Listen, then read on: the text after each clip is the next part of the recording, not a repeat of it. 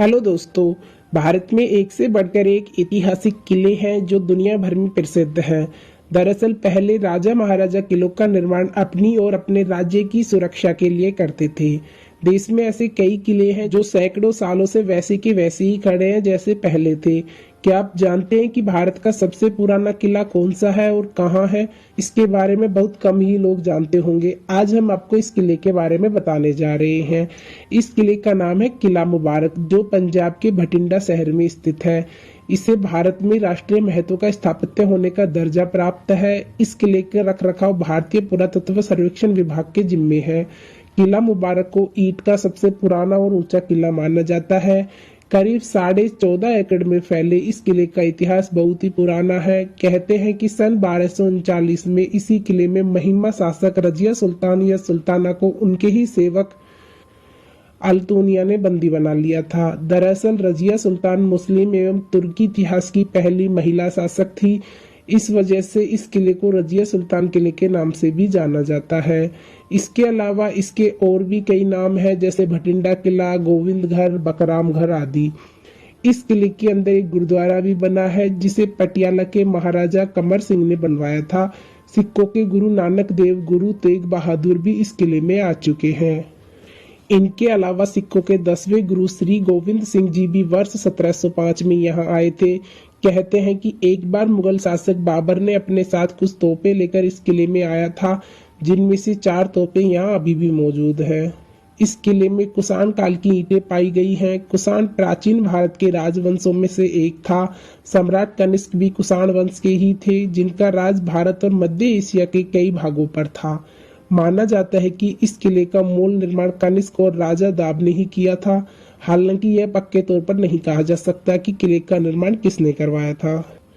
माना जाता है कि किला मुबारक का निर्माण 90 से 110 ईस्वी के बीच किया गया था, जो भारत के सबसे पुराने किलों में से एक है।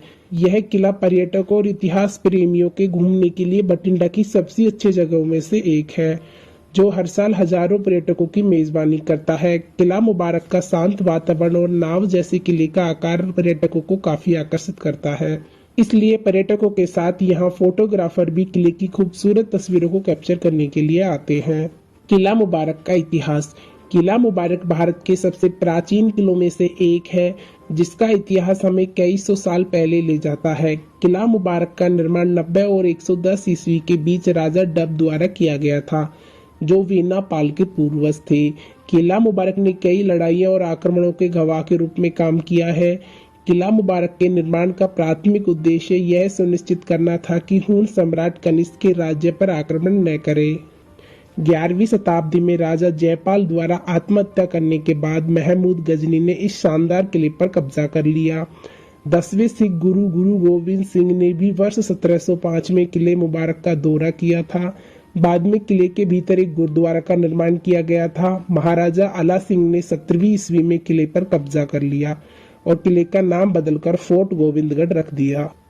बाद के वर्षों में क्षेत्र के विभिन्न शासकों ने किले की मुख्य संरचना में कई बदलाव किए, लेकिन समय बीतने के साथ किले की राशि संरचना ढह गई और अब खंडर में तब्दील हो गई है। किला मुबारक की संरचना।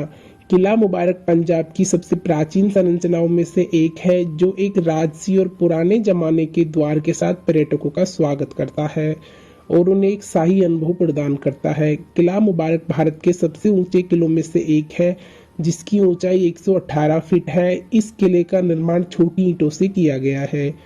इसके मुख्य परिसर के अंदर 2 गुरुद्वारे भी हैं। रजिया सुल्तान को कैद करने के लिए जिस भव्य किले का निर्माण किया गया था, वह भी इस किले के अंदर स्थित है। इस किले में कुषाण काल की ईंटें पाई गई हैं। कुषाण प्राचीन भारत के राजवंशों में से एक था।